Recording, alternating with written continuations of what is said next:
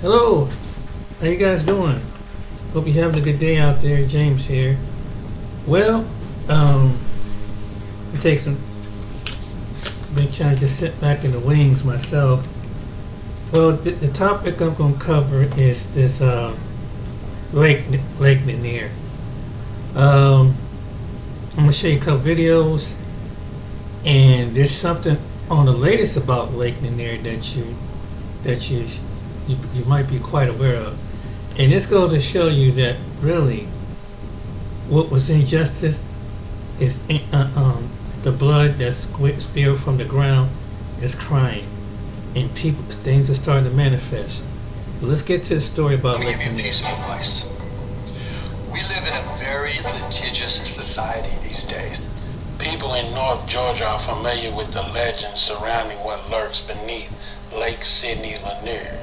Claims about Lake Lanier continue to circulate not just in Georgia but also around the nation, drawing attention to what some people refer to as Georgia's most haunted lake. These claims range from cemeteries buried by the water to reported ghostly occurrences near Brown's Bridge. Oscarville, a rural majority black town that originally stood in the northeastern Forsyth, close to the border of Hall County on a section of property ultimately utilized to construct the lake, is highlighted in some of the stories that were recounted.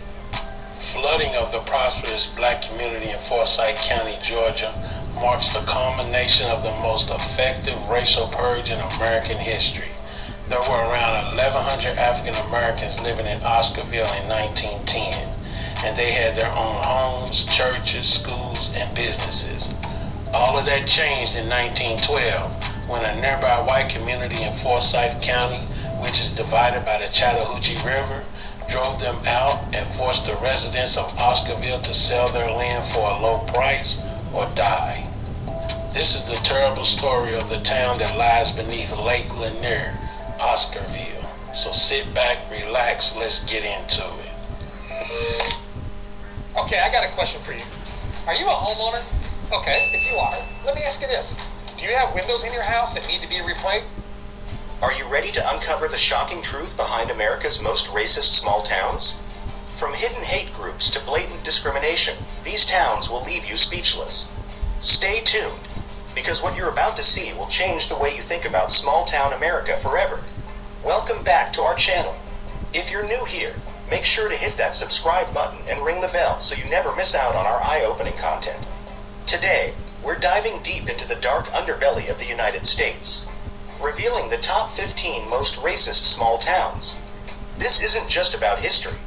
It's about the ongoing struggles and systemic issues that still plague these communities. Let's get started. Racism in America has deep roots, and while we often hear about the struggles in major cities, it's the small towns where prejudice can be most insidious. These places often go unnoticed, their stories untold.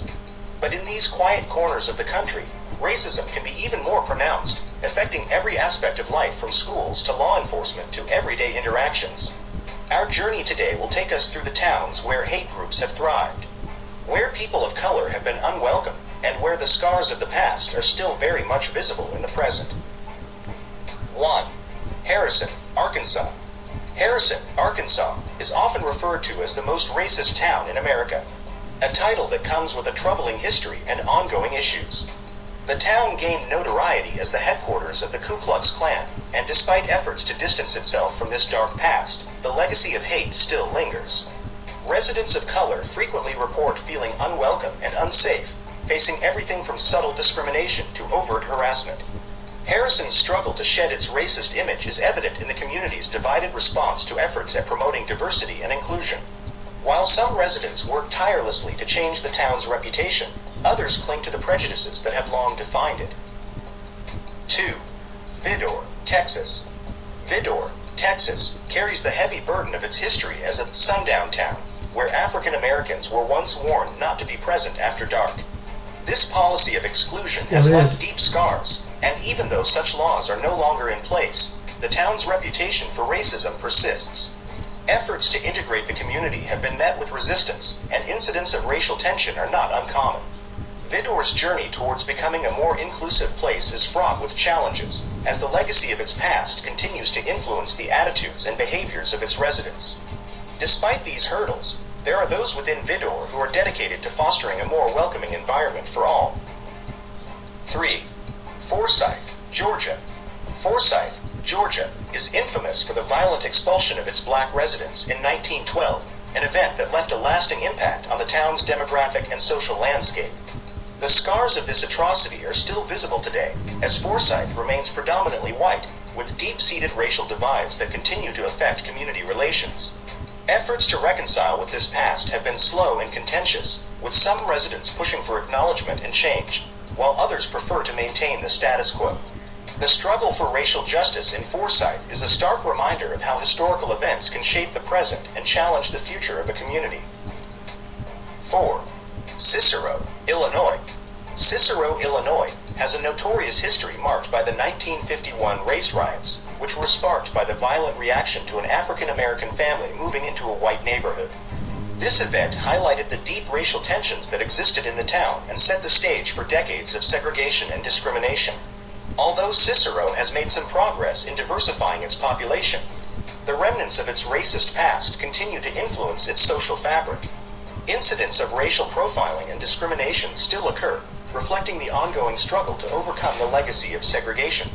The story of Cicero is a testament to the enduring impact of historical racism and the need for continued efforts towards equality and inclusion.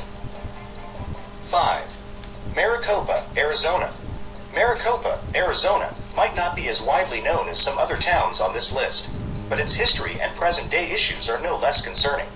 The town has been criticized for its treatment of Native American and Hispanic communities, with reports of discrimination in housing, employment, and law enforcement.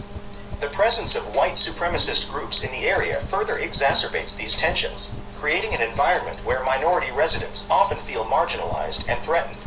Efforts to address these issues have been met with mixed reactions, as the community grapples with its identity and the challenges of fostering a more inclusive atmosphere. 6. Pine Bluff, Arkansas. Pine Bluff, Arkansas, is a town with a complex history of racial relations. Once a thriving center for African American culture and business, it has faced significant challenges in recent decades. Economic decline and social strife have disproportionately affected the town's black population, leading to high levels of poverty and crime. The local government and law enforcement have been accused of discriminatory practices, exacerbating the sense of injustice and inequality.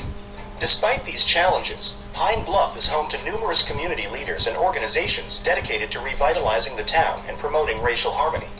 Their efforts are a beacon of hope in a town struggling to overcome its past and present difficulties. 7. Vidalia, Georgia. Vidalia, Georgia, is known for its sweet onions, but the town's history includes a bitter legacy of racial discrimination. African American residents have long faced barriers in housing, education, and employment, with systemic racism deeply embedded in the community's institutions. While Vidalia has made strides in recent years towards greater inclusivity, significant challenges remain. Incidents of racial tension and prejudice are still reported, highlighting the ongoing struggle for equality. The town's efforts to address these issues are crucial in building a more just and welcoming community for all its residents. 8. Arivaca, Arizona. Arivaca, Arizona, is a small town near the Mexican border that has become a focal point for tensions over immigration and race. The town's proximity to the border has led to a significant presence of border patrol and vigilante groups, creating a climate of fear and suspicion towards Hispanic residents and migrants. Reports of racial profiling and harassment are common, and the community is deeply divided over issues of immigration and race. Despite these challenges, there are many in Arivaca who are working to bridge these divides and promote understanding and cooperation between different groups. Their efforts are a testament to the resilience and determination of those seeking to create a more inclusive community. 9. West Monroe, Louisiana. West Monroe, Louisiana, is a town with a long history of racial segregation and discrimination. African American residents have faced systemic barriers in education, housing, and employment, leading to significant disparities in income and quality of life. The town's history of racial violence, including lynchings and other acts of terror, has left deep scars that continue to affect community relations. Efforts to address these issues have been met with resistance, as some residents cling to the prejudices of the past. However, there are also many in West Monroe who are dedicated to promoting racial justice and healing the divisions within their community. Their work is crucial in building a more equitable and inclusive town. 10. Nampa, Idaho. Nampa, Idaho, has a history of racial exclusion that dates back to its founding. The town's demographics have long been predominantly white, and minority residents have often faced significant challenges in gaining acceptance and equal treatment. Reports of discrimination in housing, employment, and education are common, reflecting the deeply ingrained prejudices that persist in the community. Despite these challenges, Nampa is home to a growing number of activists and community leaders who are working to promote diversity and inclusion. Their efforts are helping to create a more welcoming and equitable environment for all residents, but significant work remains to be done. 11. McFarland, California. McFarland, California, is a town with a majority Hispanic population, yet racial tensions remain a significant issue. Discrimination against Hispanic residents in housing, employment, and education is a persistent problem, exacerbated by the presence of anti-immigrant sentiment in the area. The town's agricultural economy relies heavily on migrant labor, yet these workers often face harsh conditions and limited opportunities for advancement. Efforts to address these issues are ongoing, with many community leaders and organizations working to improve conditions and promote greater understanding and cooperation between different groups. The story of McFarland is a testament to the challenges and resilience of those fighting for a more just and equitable community. 12. Scottsboro, Alabama. Scottsboro, Alabama, is known for the infamous Scottsboro Boys case, where 9 African American teenagers were falsely accused of raping 2 white women in 1931. This case highlighted the deep racial injustices of the time and left a lasting impact on the town. Today, Scottsboro continues to grapple with the legacy of this case and its broader history of racial discrimination. African American residents often face barriers in housing, employment, and education, reflecting the ongoing challenges of systemic racism. However, there are many in Scottsboro who are committed to promoting racial justice and healing the wounds of the past.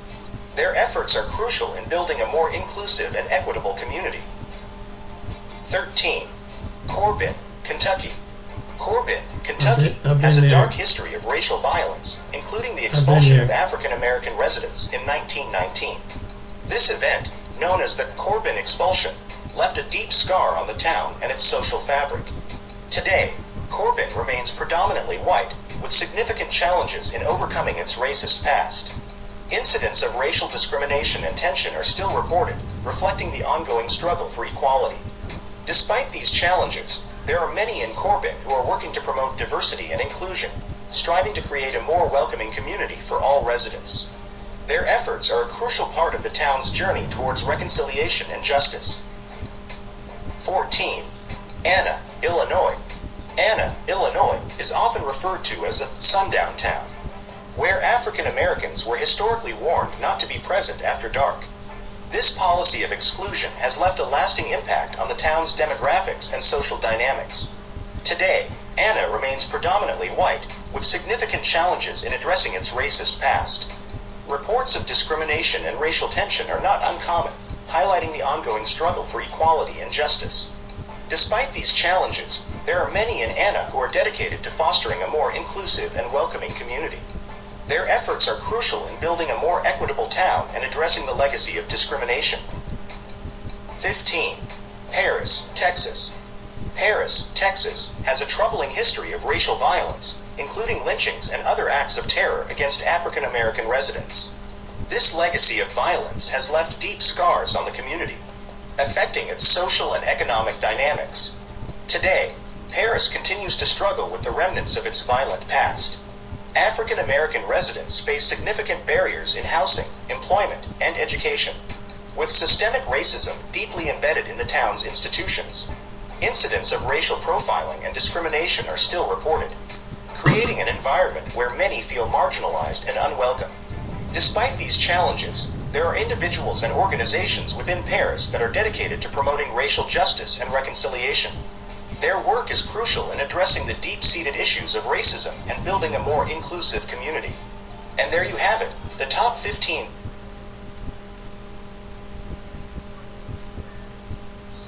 It's a powerful zoom. It's a microscope. It's the NanoPix phone lens. It instantly upgrades your phone's camera with 200 times magnification. This invention was created by Kenji Young. People in North Georgia are familiar with the legend surrounding what lurks beneath Lake Lanier. Claims about Lake Lanier continue to circulate. The National Guard was called in by Georgia's Governor Joseph Mackey Brown to calm down protests, and the prisoners were moved to several locations for their protection before being placed in an Atlanta jail. An 18-year-old white lady named May Crow was assaulted a week later on September 12, 1912 in the Big Creek neighborhood of Forsyth County, Georgia. May Crow's body was discovered the following morning half naked, bloodied, and covered behind a mound of leaves. She was alive and barely breathing after having her head bashed in with a stone. The crime scene would reportedly contain a little pocket mirror that belonged to Ernest Knox, a 16-year-old black kid from Cumming, Georgia.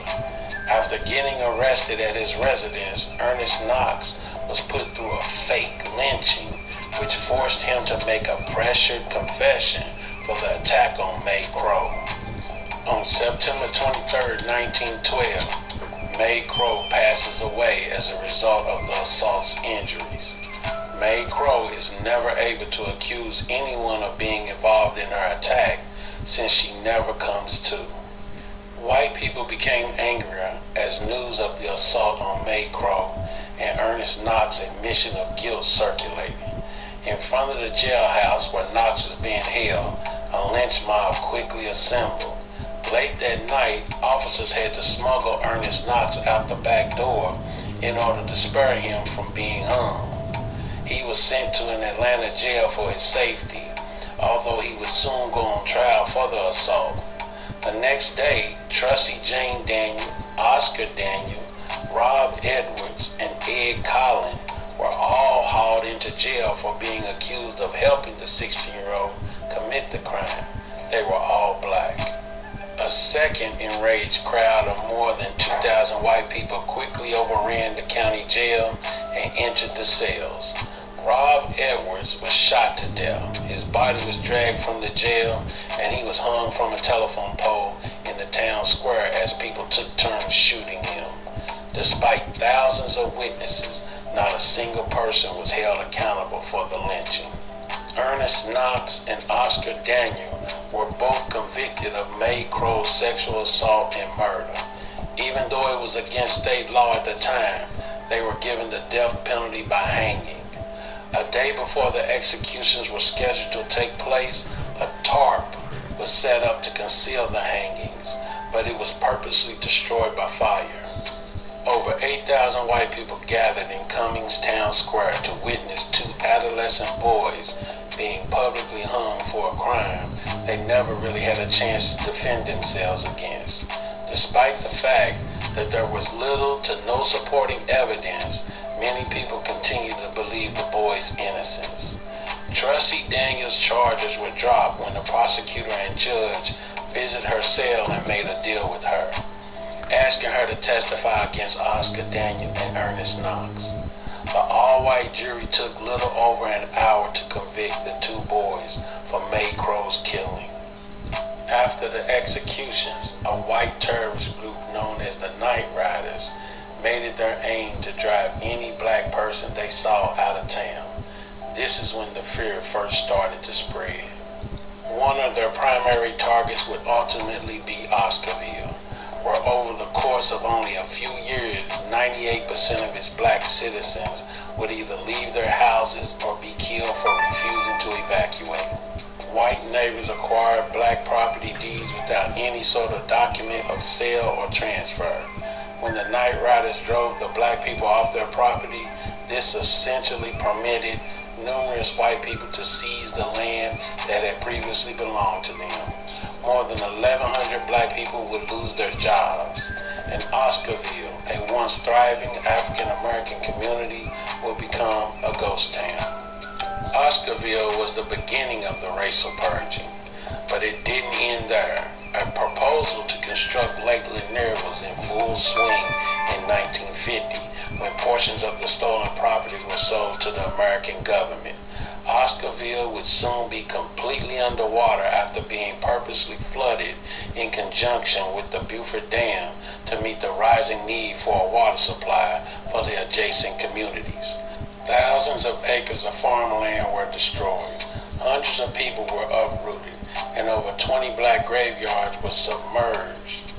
But the rest of Forsyth County remained unaffected and remained an all-white county for a few more decades.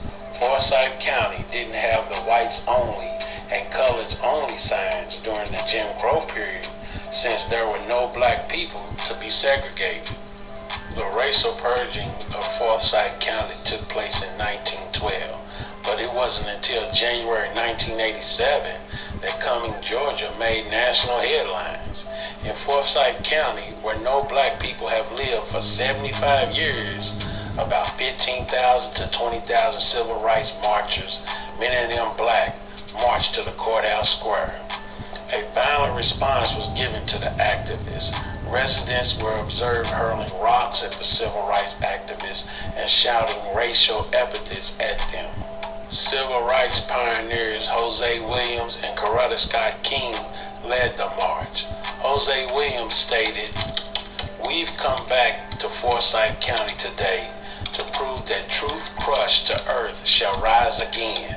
Please understand, Forsyth County, before we will be your slaves, we'd rather be buried in our graves and go home to our God and be free." Due to the high amount of drownings that occur there, many people now think Lake Lanier is haunted. According to authorities, there is a complete town with buildings and even a forest region with 60-foot tall trees underwater. It makes moving through the lake more difficult. According to them, a person can drown fast after becoming stuck in debris. Hey, you watch to the very end.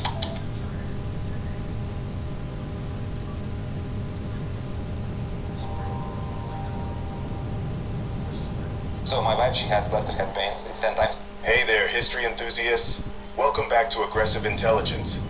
Today we're diving into a chapter of American history that's as chilling as it is eye-opening. Ever heard of sundown towns? Yeah, it's not the kind of town square where folks gather for sundown yoga. No. These were racially segregated towns that came with a dark twist. Picture this, the early to mid-20th century in the United States. While jazz music and flapper dresses were defining the era, a sinister trend was unfolding in many corners of the country. Sundown towns, also known as sunset towns, were communities where African Americans were not welcome after dark. It was a systematic form of racial segregation that stained the American landscape. From the 1890s through the 1960s, sundown towns became disturbingly commonplace. Imagine a whole community shutting its doors to people of color once the sun dipped below the horizon. It's like something out of a horror movie, right? Unfortunately, it was a horrifying reality for many black Americans during this period. Now let's talk about what could happen if you were a black person caught in a sundown town after dark. It wasn't just a stern look or an uncomfortable vibe. It was life-threatening. Violence, intimidation, and sometimes even death awaited those who dared to defy the unspoken rules of racial exclusion. There were cases of black individuals being harassed, beaten, or worse, simply for being in the wrong place at the wrong time. Take the tragic case of Carol Jenkins in 1968, who was stabbed to death with a screwdriver while selling encyclopedias door to door in Martinsville, Indiana, a sundown town. It sends shivers down your spine just thinking about it. By the way, Martinsville is still considered a sundown town to this day. So how did black people navigate this perilous landscape? Well, they had to become experts in evasion. Imagine having to plan your road trips like a military operation just to ensure your safety. One method of evasion was meticulous route planning. Families would consult word-of-mouth information, often passed down through generations, to map out routes that circumvented these hostile towns after sunset. It was a literal game of life and death, with the stakes unimaginably high. The Green Book, our unsung hero, played a pivotal role in this evasion strategy. Victor Hugo Green's ingenious creation was more than just a directory, it was a lifeline. The guide helped black travelers plot routes that avoided sundown towns and directed them to welcoming establishments. Imagine the relief of finding a safe haven after a long, tense drive. But it wasn't just about driving. Public transportation posed its own set of challenges. Bus and train stations in sundown towns were often off limits after dark. Imagine arriving at a station only to be met with hostile glares or worse. Travel became a chess game, where every move had to be calculated to avoid danger. The fear of accidentally finding oneself in a sundown town was palpable. Families had to be vigilant, relying on whatever information they could gather to stay one step ahead of the invisible boundaries that could mean life or death. The simple act of traveling became an act of defiance against a deeply rooted discriminatory system. For black individuals, the road to freedom was not just metaphorical, it was a literal journey fraught with peril. It's a testament to the resilience and strength of those who face these challenges head-on, determined to reclaim their right to move freely through their own country. Let's take a moment to appreciate Victor Hugo Green, the visionary behind the Green Book. A Harlem-based postal carrier, Green understood the struggles faced by black travelers in a racially hostile America. His guide wasn't just about finding a decent motel. It was about staying alive in a country that deemed your existence a threat. The Green Book played a vital role in helping black Americans navigate a landscape fraught with danger. It was more than just a travel guide. It was a beacon of hope, providing a roadmap to safety in a hostile world. Now you might be thinking, surely this was just a handful of isolated incidents, right? Wrong. The issue of sundown towns was not confined to a few isolated pockets. It was a nationwide problem. From the bustling cities to the quiet suburbs, racial exclusion was a national epidemic, deeply embedded in the very fabric of American society. The scale of the problem is staggering. In the 20th century, it's estimated that thousands of towns and communities across the United States operated as sundown towns. These weren't just small, forgotten places. They were often thriving communities with schools, businesses, and churches. This was not a fringe movement. It was a widespread, systemic practice. Cities in the North, Midwest, and West were not immune to this problem. The belief in white supremacy and racial purity was not exclusive to the South, challenging the commonly held notion that segregation was solely a Southern issue.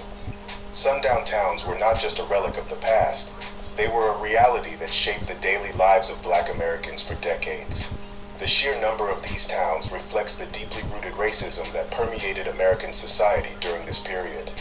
Understanding the scale of the problem is crucial to grasping the magnitude of the challenge faced by black individuals and families. It wasn't a localized issue. It was a pervasive national phenomenon that demanded a collective reckoning. But here's the kicker. Sundown towns didn't magically disappear with the civil rights movement. Shockingly, some still exist today. While the practices may not be as overt, subtle forms of discrimination persist in certain communities. It's a stark reminder that the ghosts of our past still haunt our present. The fight against racial injustice is ongoing, and understanding the history of sundown towns is a crucial step in that journey. And there you have it, folks, the unsettling history of sundown towns. It's a dark chapter in our nation's story, but one that we must confront and learn from. If you found this video informative, If you are type 2 and take metformin, well, check your feet and legs for these two things. This is the history, the mystery, and the racial conflicts of Lake Lanier. By the end of this, you'll have enough knowledge to create your own informed opinions about what all the fuss is about. We'll be talking about the night riders, the executions, the number of deaths that have occurred at this lake, and even some more recent ones. One that actually touched a famous rapper that I'm sure you know of. Today, on Adventure Explore Discover, we are at the one, the only, Lake Lanier.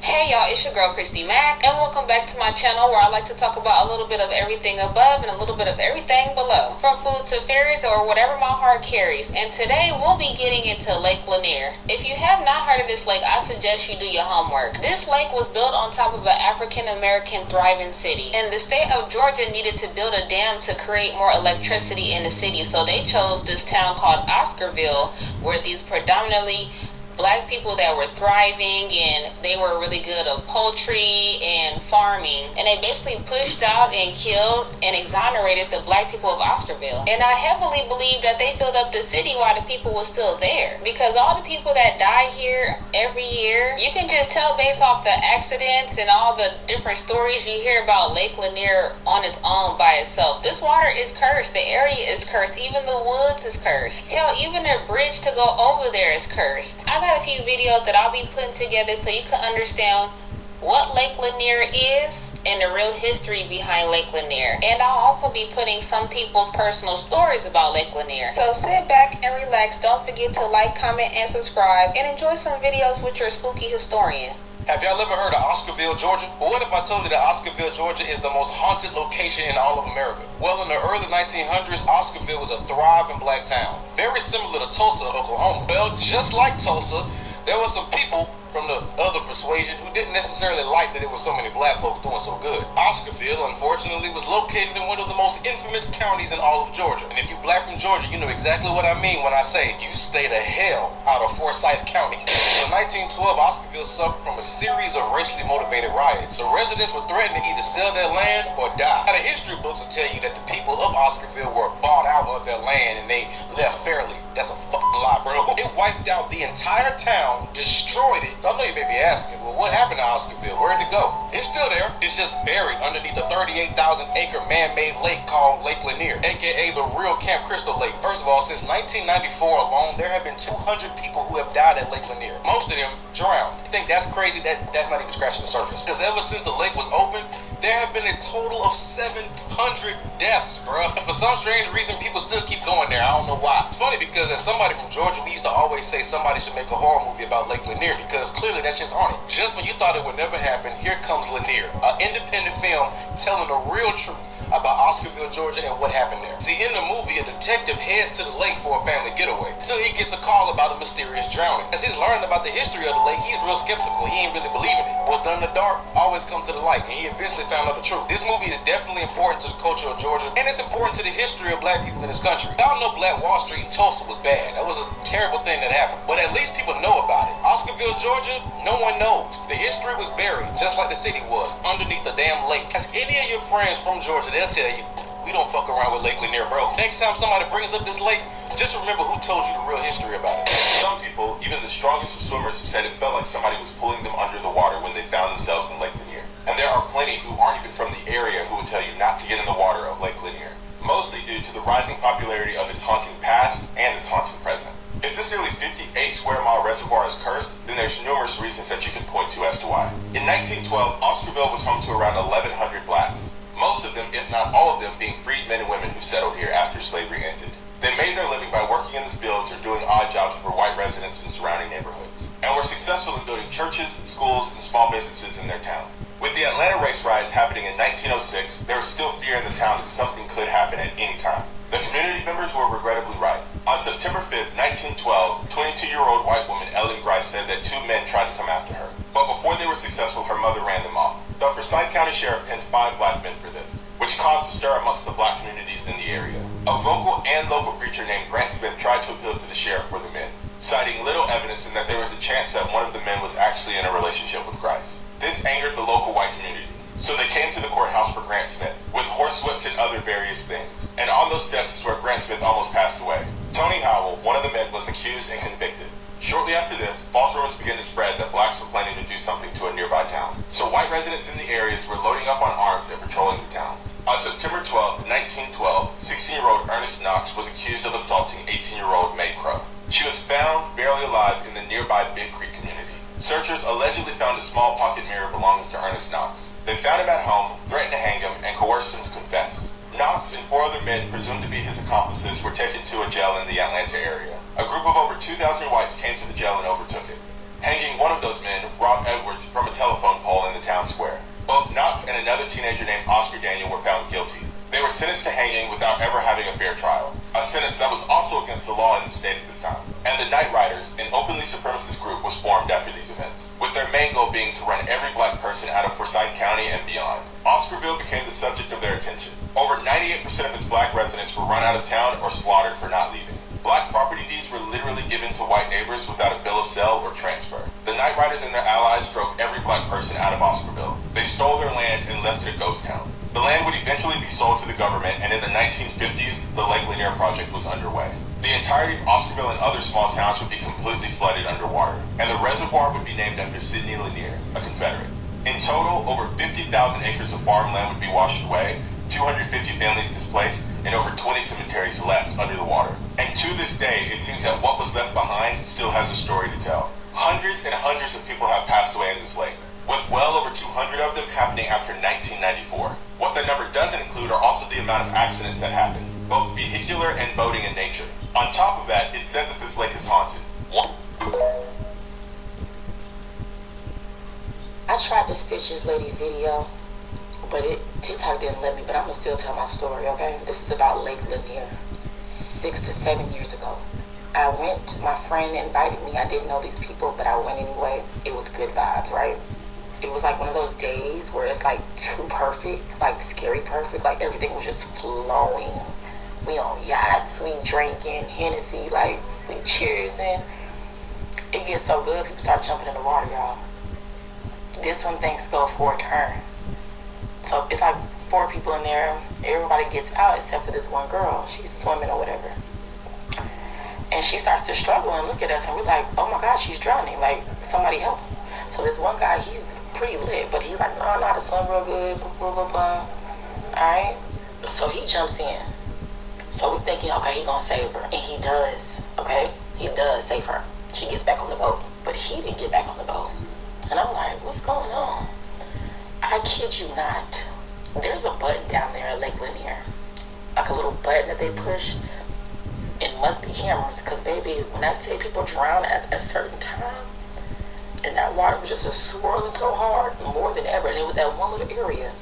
Something's going on down there. So he's swimming, we throw him a donut, we like, come on, get back, get back. He's missing the donut because the water's so hard, it's swirling, literally like a tornado. Do you know this man did not come back up from the water? We call the police immediately, they come an hour and a half later. Are you crazy? That boy is way gone under the water. I don't know where that water took him, but he never came back up. His baby moms was there. His sister was there. That man was loved, and I never told that story because I always felt like it felt like a dream, and it felt like unreal, and I couldn't believe that I was there to see a man to watch someone go underwater and not come up. It's life-changing. I'm sorry, but I always felt differently about water ever since then. And I never told that story. I don't even know if I told my family that story because I think I did, but I didn't go into depth of how it made me feel. That shit right there, you gotta stay away from Lake Lanier. Like, for real. It's not for us. It's a setup. Hey, family, friends.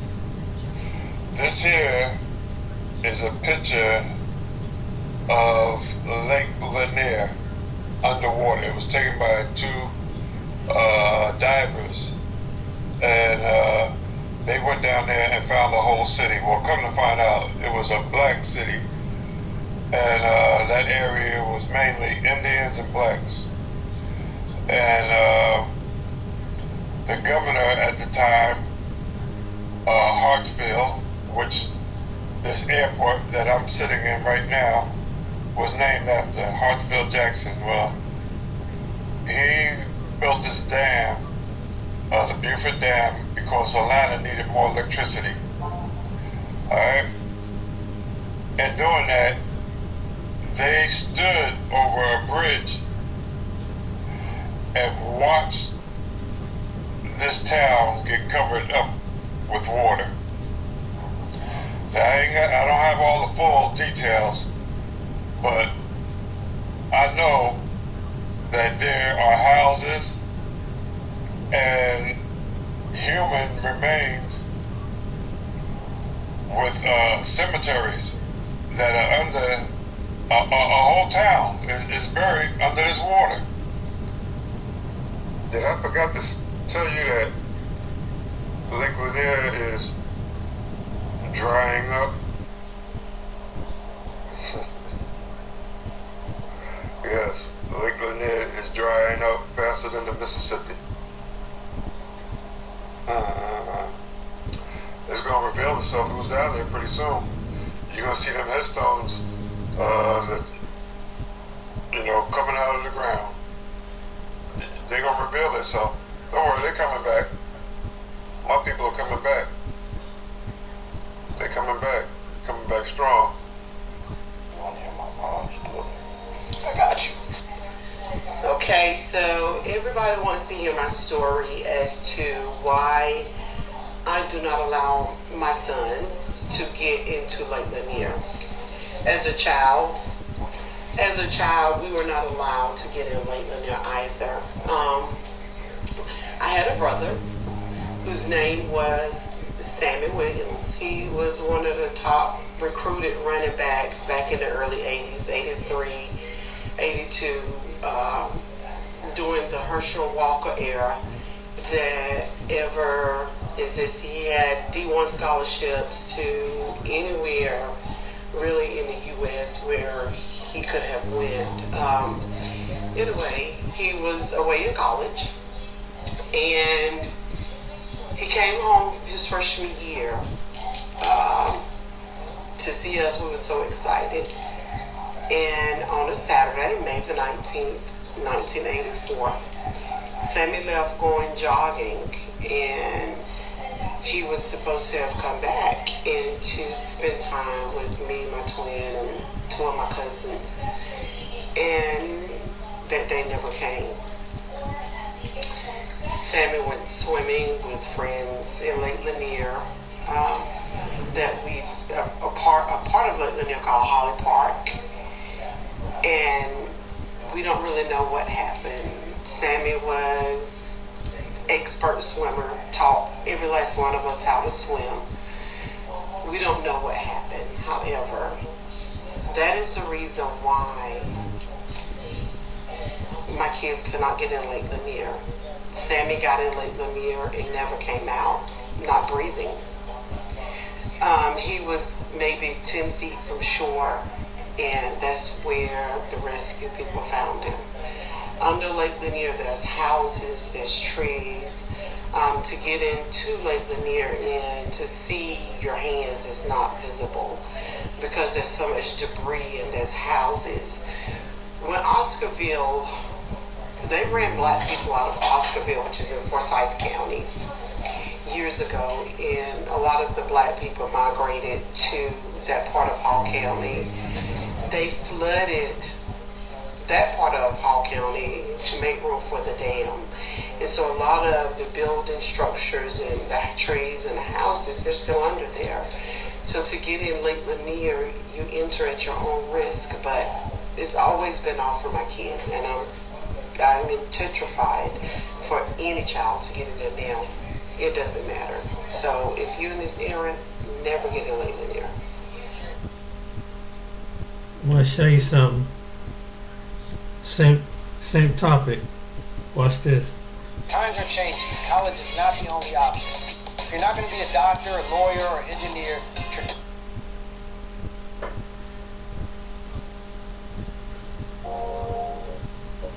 because Oscarville was actually a thriving black community.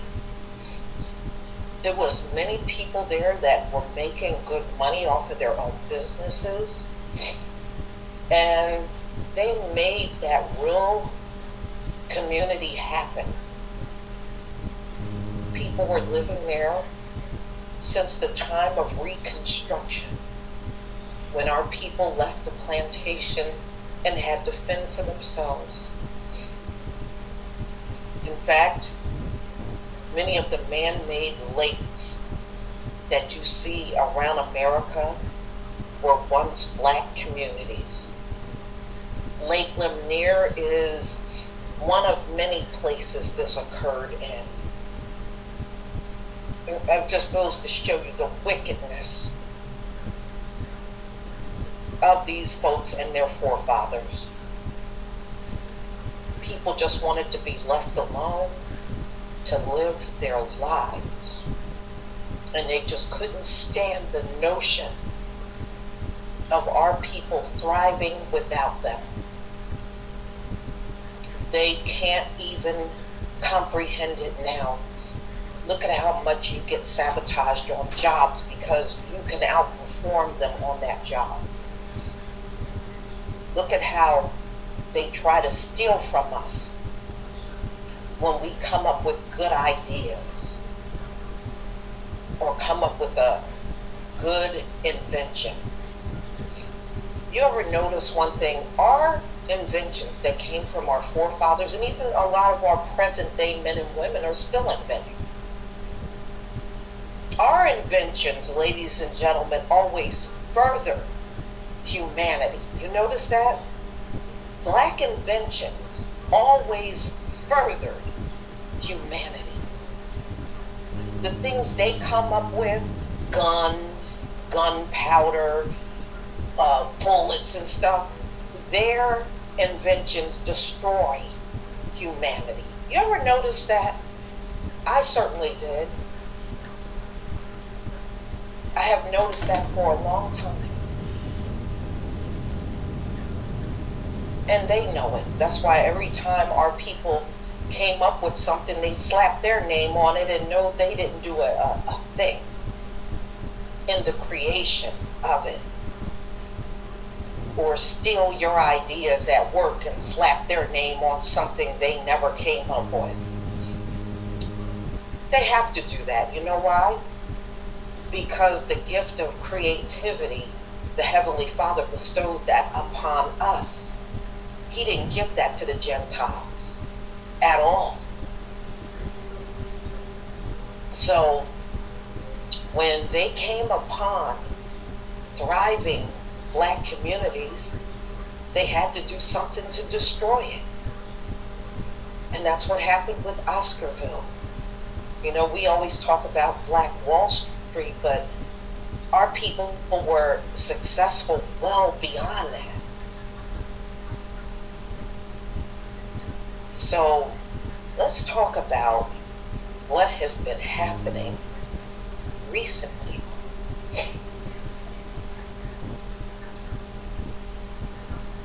Okay. So there have been multiple earthquakes, and we're getting them. Up here in the Northeast, they said the tectonic plates are so old in New Jersey, they have to use sonar and use equipment to try to pinpoint where they are. Well, they're saying the same thing about Lake Lanier. They said this is an area that hardly ever had earthquakes. And the tectonic plates are moving in the Northeast. And they don't even know where they all are. Because they said some of these tectonic plates have not moved. They said some of them probably in thousands of years they have not moved. But they're moving now. They're moving now, ladies and gentlemen, because change must occur. It must happen. Without change, we can't move forward. So, for one reason or another, the Most High is shaking up the East Coast now. And there's a reason for it. Now, I want y'all to think about everything that's here on the East Coast. You got the White House. You got Capitol Hill, where your senators and your congressmen are. All of politics on the East Coast. You got Wall Street. There's a lot of things over here. Things, if it fell apart, it would devastate the whole country. So, destroying their places on the East Coast would virtually destroy everything. It would. so much as here. The Federal Reserve is on the East Coast.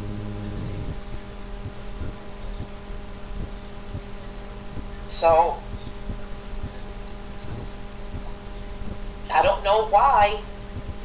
And they said the scientists are baffled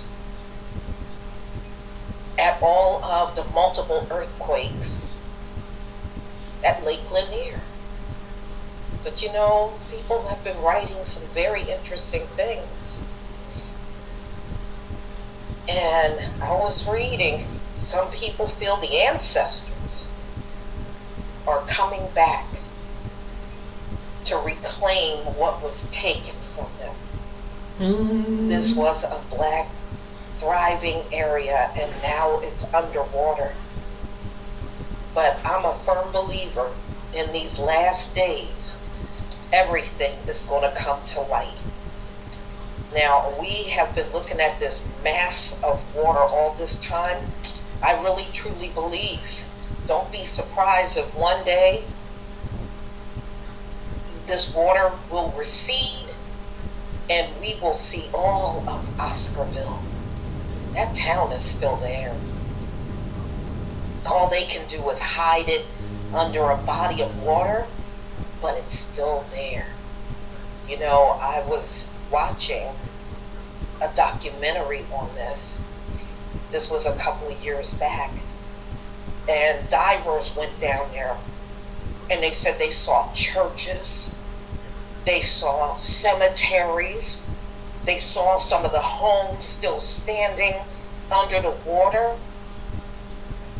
It's still there. It's still there. The whole town is still there.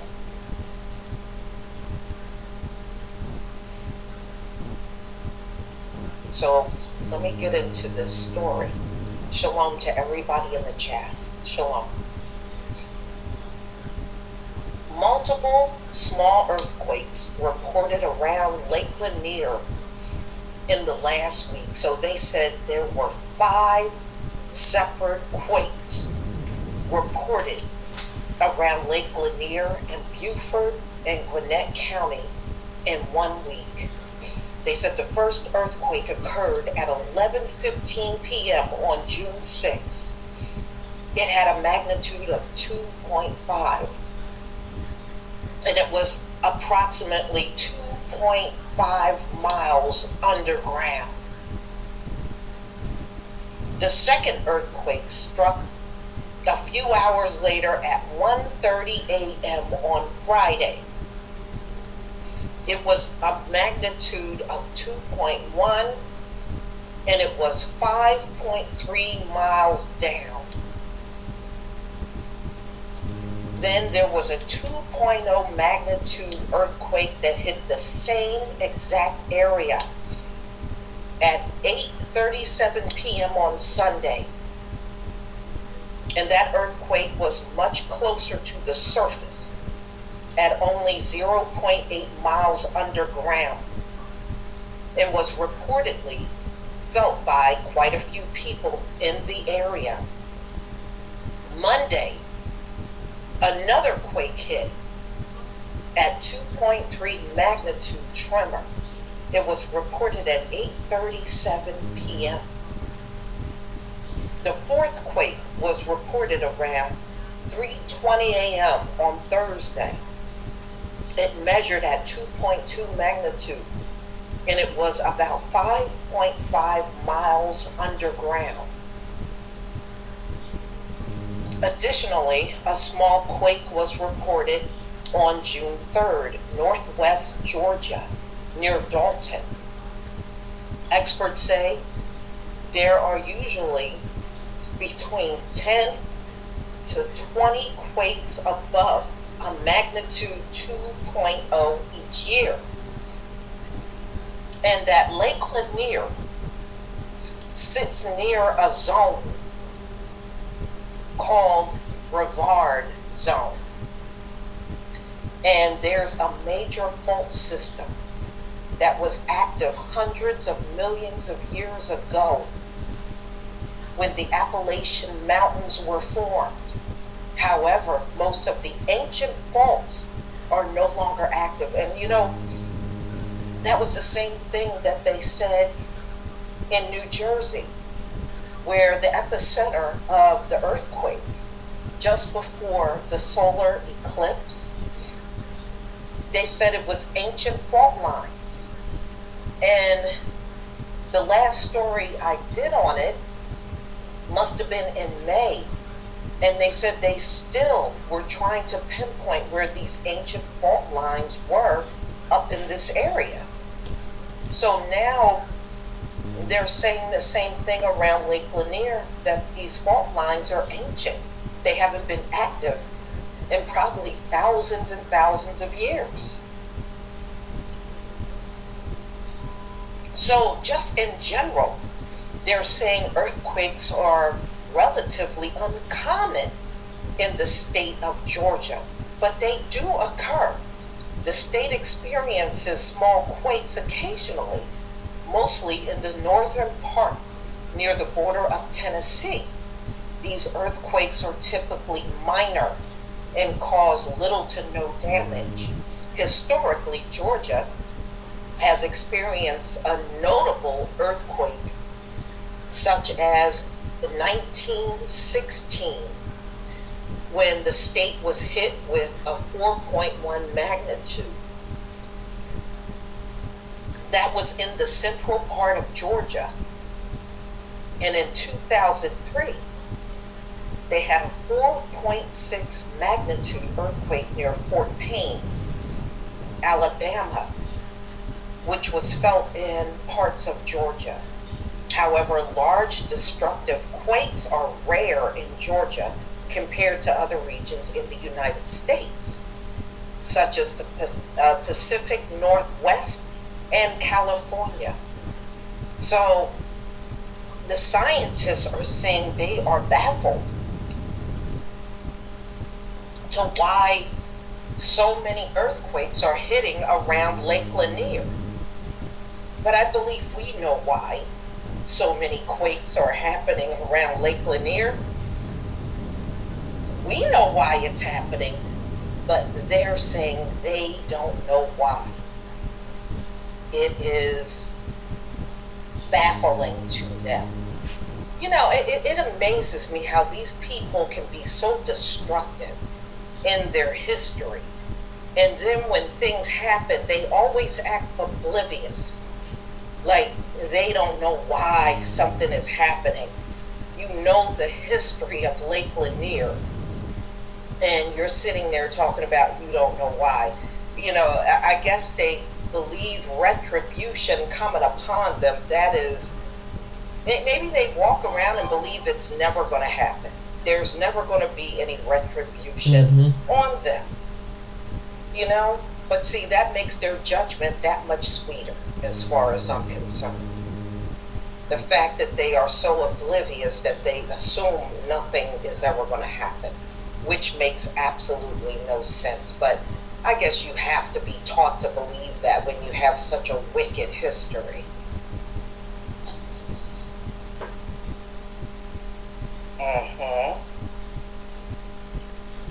So, now, people out there, you see why I said America has a spirit of racism? That even is manifesting where the ground where this happened. And it's like across this country is like that. But they don't want to admit it, and it's like, and all because they don't want to do right. They don't want to pay reparations. They don't want to do the right thing. Let's take it out of the books. Let's take it out of schools. What you see, it's not over. So whether they're in all 50 states, you're going to feel the wrath. You don't know the injustice that you've done. And you use the people that's descendants of those people, or Oscarville, Tulsa, Oklahoma. You even told their descendants, you're not going to do what's right. Therefore, their judgment has come on America. That's just the beginning.